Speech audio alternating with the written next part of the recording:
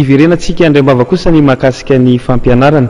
Mpianatra 720 no navoaka ny sekoly ambony Université Privée de Madagascar na ny UPRIM ny sabotsy lasa teo. Nahazo ny mari-pahaizana licence na ny TTS izy ireto ary vonina ny atrika ny asa avy hatrany. Andiana mpianatra robe izao no nahavita amin'ny fianarany rotona 3 taona atao amin'ny Université Privée an'i Madagascar na ny UPRIM nivoaka tamin'ny fomba ofisialy ny sabotsy teo. 720 izy ireo ka mivalo amin'ny 60 menada dia nahazo ny diplôme de technicien supérieur na ny DTS ary ny andeha misarotra ny anarana hoe tafita. Ny 720 ambiny dia nahazo ny licence ary ao anatin'ny andiany hoe fanilo. Izy ireo dia avy amin'ny sampana efatra misy ao amin'ny UPRIM dia ny gestion et management, commerce et marketing, droit, communication.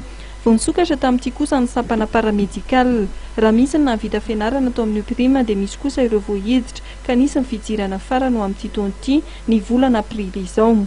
Mahakasika ny fidirana manaraka indray eto anivon'ny Université Privée de Madagascar dia amin'ny 15 avril ho avy izao zany ny fidirana manaraka ary io rentrée amin'ny 15 avril io dia andraisan'ny UPRIM mpianatra première année, deuxième année, troisième année ary quatrième année.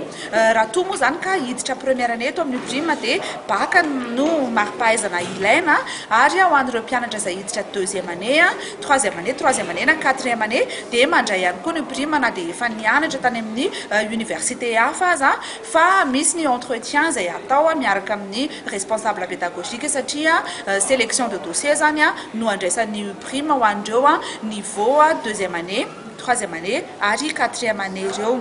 Famoahana mpianatra voalohany izy ity ho an'ny UPRIM taoriana fitian'ny complexe universitaire eny Andavamamba izay raitra sy manara-penitra tokoa.